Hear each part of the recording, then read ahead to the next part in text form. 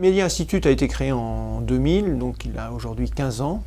Et c'est une association qui est constituée de 34 membres qui aujourd'hui sont essentiellement des régies et des agences médias. Chaque année, si je peux vous donner une moyenne des 3 dernières années, plus de 4500 personnes passent en formation chez Media Institute.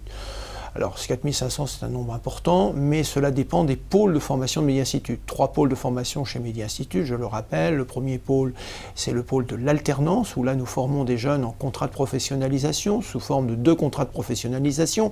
Le premier consacré au plurimédia et le second consacré à la stratégie web online. Le second pôle de formation s'appelle le pôle intra-entreprise, c'est-à-dire que nous donnons la possibilité aux entreprises de nous commander des formations sur mesure.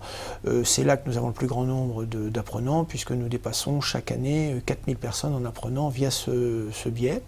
Et le dernier pôle est le pôle, ce que nous appelons le pôle du catalogue, où là nous offrons 25 séminaires de formation experts et nous recueillons à peu près chaque année la participation de 250 à 300 personnes selon les années.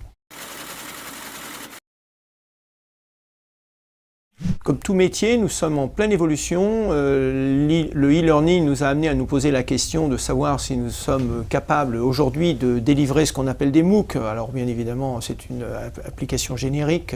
Donc nous lançons dès le 1er septembre notre université e-université de Media Institute, dont la focalisation de formation sera uniquement 100% le digital. S'approprier les outils du digital, les réflexions du digital.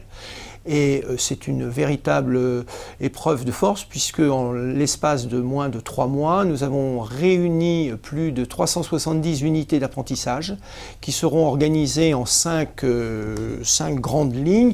La première, c'est une partie digitale et entreprise, où là on va à peu près découvrir ce qu'est le monde digital et de l'entreprise. Le second axe, c'est un axe centré sur les problématiques des très petites entreprises et des PME. Une partie communication online, là, qui est une partie beaucoup plus générale pour l'ensemble des professionnels de la communication en ligne. Et la dernière partie, c'est une partie outils pour l'appropriation des outils. Alors l'originalité de notre université en ligne, c'est qu'elle casse l'idée du e-learning des années 2000, où c'était ennuyeux, où c'était long, on n'était pas certain que les gens suivent les cours. Là, nous avons fait des micro-learning, des sessions de 3 minutes, 4 minutes, et puis accès à des bibliothèques. Si la personne le veut, elle peut suivre un cycle de certification en ligne, directement. Et bien évidemment, la grande nouveauté, c'est que nos membres qui nous ont suivis depuis la création de Media Institute auront la possibilité d'accéder gracieusement pour l'ensemble de leur personnel dès le 1er septembre en full time. C'est-à-dire que 6800 personnes des médias à Paris et en province auront accès à cette e-université digitale. Et à partir du 1er janvier, nous l'ouvrons à l'ensemble des entreprises françaises et tout le monde francophone. Et là, nous le ferons payant, sachant très bien que c'est une forte demande du marché.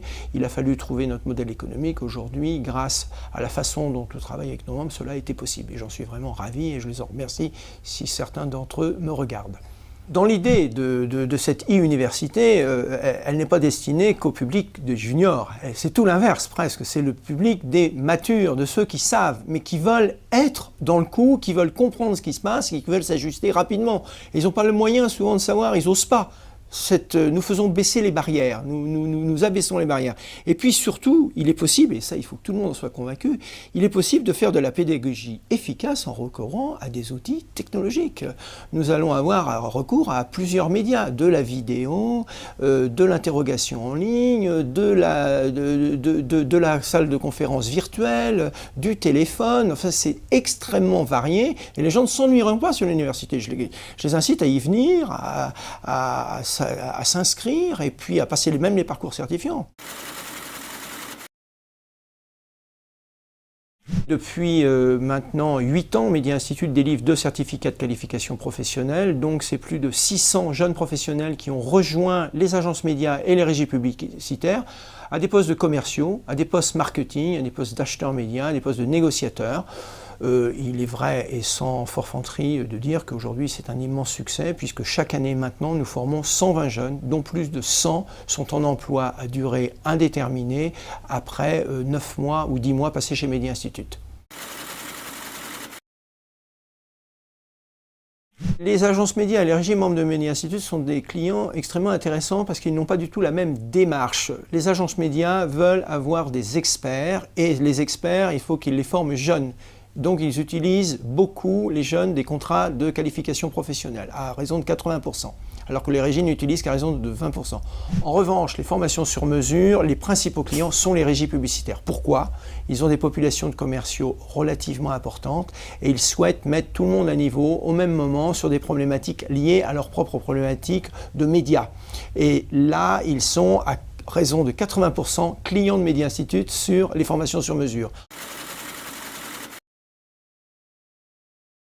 Cette loi est très intéressante à deux points. Le premier, c'est qu'elle ouvre la possibilité aux collaborateurs de choisir des formations qu'ils souhaiteraient.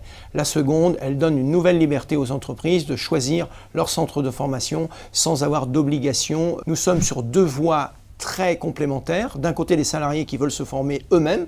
C'est un acte personnel, des salariés qui sont eux-mêmes conscients de la nécessité de s'adapter, de s'ajuster et leur entreprise ne peut pas forcément les aider, donc ils utilisent leur CPF. Et puis, si les entreprises veulent au contraire développer des formations beaucoup plus ajustées, là nous sommes le réceptacle de leurs demandes et c'est beaucoup plus simple parce qu'on travaille directement à l'entreprise sans autorisation préalable. Donc, une loi difficile à mettre en œuvre parce qu'elle change complètement les règles du jeu, mais une loi intéressante.